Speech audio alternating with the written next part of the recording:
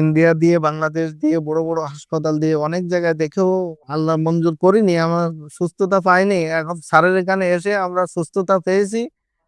সবাইকে আহ্বান করব যে আপনারা সর্বশেষ স্যারের এখানে ট্রিটমেন্ট নিন, নিয়ে যত দেখা গেল যে আপনারা সুস্থতা আহ কামনা করেন। এই পরীক্ষার রিপোর্টটার মধ্যে বলা হচ্ছে যে সম্পূর্ণরূপে আল্লাহর রহমতে বাচ্চাটা এখন ওই টিউমারটা আর নাই। যে টিউমারটা নিয়ে আমাদের টেনশন ছিল, টিউমারটা নিয়ে এত কিছু, সেই টিউমারটা এখন আলহামদুলিল্লাহ এই রোগীটার আর নাই। এই চিকিৎসার সময় চলাকালীন আমাদের ডাক্তার আসলাম সাহেব আপনিও অনেক ট্রিটমেন্ট করছেন, প্রেসক্রাইব করছেন। তো আপনি যদি এই ব্যাপারে কিছু বলতেন। পেশেন্টটা যখন আজকে প্রায় ৭ মাস আগে আমাদের এখানে আসেন, আমি ওনাকে তৃতীয় চতুর্থ মাসে বাচ্চা পানি কভার করছি। তো ফার্স্ট আমি রিপোর্টগুলো দেখলাম, রিপোর্টগুলো হলো মায়োফাইব্রোব্লাস্টমিক টিউমার। মায়োফাইব্রোব্লাস্টমিক টিউমারটা এটা ফুসফুসের এমনই একটা বিরল রোগ বা বিরল একটা টিউমার যেটা 99%ই ক্যান্সারের ঝুঁকি থাকে।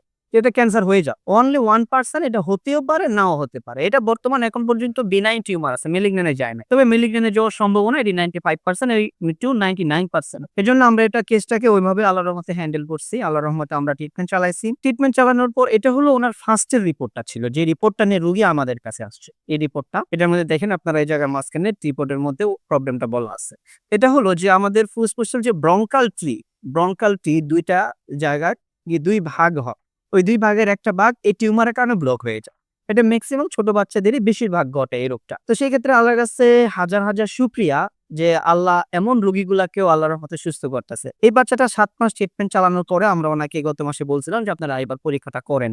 ওনারা যে পরীক্ষাটা নিয়ে আসছে, এই পরীক্ষাটার রিপোর্টটা আপনারা এখানে দেখছেন। এই পরীক্ষার রিপোর্টটার মধ্যে বলা হচ্ছে যে সম্পূর্ণরূপে আল্লাহর রহমতে বাচ্চাটা এখন ওই টিউমারটা আর নাই। যে টিউমারটা নিয়ে আমাদের টেনশন ছিল, টিউমারটা নিয়ে এত কিছু, সেই টিউমারটা এখন আলহামদুলিল্লাহ এই রোগীটার আর নাই। এখন আল্লাহর রহমতে ৭ মাসের চিকিৎসায় এই বাচ্চাটা যেমন সুস্থ হয়েছে, আমরা জানি যে এই সমস্ত ট্রিটমেন্ট গুলো আপনি ইন্ডিয়া বলেন, সিঙ্গাপুর বলেন, থাইল্যান্ড বলেন, যেখানেই যান, এই সমস্ত বাচ্চাদের বা এই সমস্ত রোগের ট্রিটমেন্ট অপারেশন করলেই যে চলে যাবে বিষয়টা তা না। এটা পুনরায় আবার ফিরে আসে এবং খুব অল্প সময়ের মধ্যে। বড় জোর আপনি ৬ মাস থেকে ১ বছর সময় পাবেন, এর মাঝখানে আবার ফিরে আসে। কিন্তু আল্লাহর রহমতে এই রোগীটাকে একবার অপারেশনের পরেও যেহেতু আমরা এখন ট্রিটমেন্ট করতে পারছি, আল্লাহর রহমতে রোগীটা সম্পূর্ণরূপে সুস্থ আছে এবং রিপোর্ট অনুযায়ী সুস্থ আছে। আপনার বাচ্চাটা তো এখন রিপোর্ট অনুযায়ী আমরা সুস্থ পাইলাম। আপনার কি মনে হয় শারীরিকভাবেও শারীরিক ভাবে আগে ছাড়া এখন আল্লাহর রহমতে সুস্থ আছে।